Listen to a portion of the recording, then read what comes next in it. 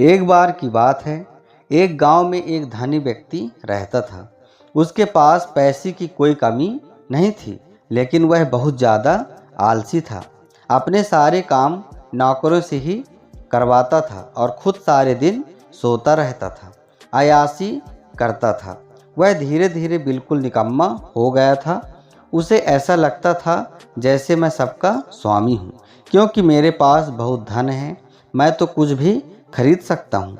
यही सोचकर वह दिन रात सोता रहता था। लेकिन कहा जाता था कि बुरी सोच का बुरा नतीजा होता है। बस यही उस व्यक्ति के साथ हुआ। कुछ सालों उसे ऐसा महसूस हुआ जैसे उसका शरीर पहले से शिथिल होता जा रहा है। उसे हाथ पैर हिलाने में भी तकलीफ होने लगी। यह देखकर वह व्यक्ति बहुत परेशान हुआ। उसके पास बहुत पैसा था। उसने शहर से बड़े बड़े डॉक्टर को बुलाया और खूब पैसा खर्च किया, लेकिन उसका शरीर ठीक नहीं हो पाया। वह बहुत दुखी रहने लगा। एक बार उस गांव से एक साधु गुजर रहे थे। उन्होंने उस व्यक्ति की बीमारी के बारे में सुना, सो उन्होंने सेठ के नौकर से कहा कि वह उसकी बीमारी का इलाज कर सकता है। यह सुनकर नौकर सेठ के पास गया और साधु के बारे में सब कुछ बताया।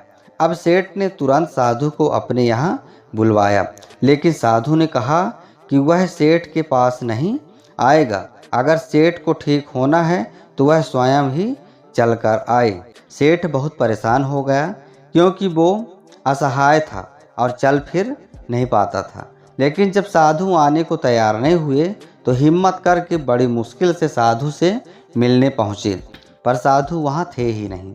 सेठ दुखी मन से वापस आ गया।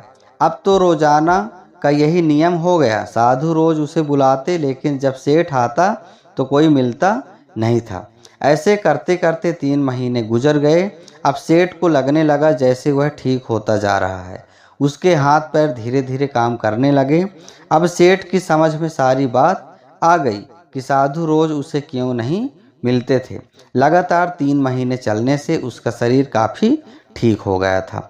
तब साधु ने सेठ को बताया कि बेटा, जीवन में कितना भी धन कमा लो, लेकिन स्वस्थ शरीर से बड़ा कोई धन नहीं होता। तो मित्रों, यह बात हमारे दैनिक जीवन पर भी लागू होती है। पैसा कितना भी कमा लो, लेकिन स्वस्थ शरीर से बढ़कर कोई पूंजी नहीं होता, कोई धन नहीं होता।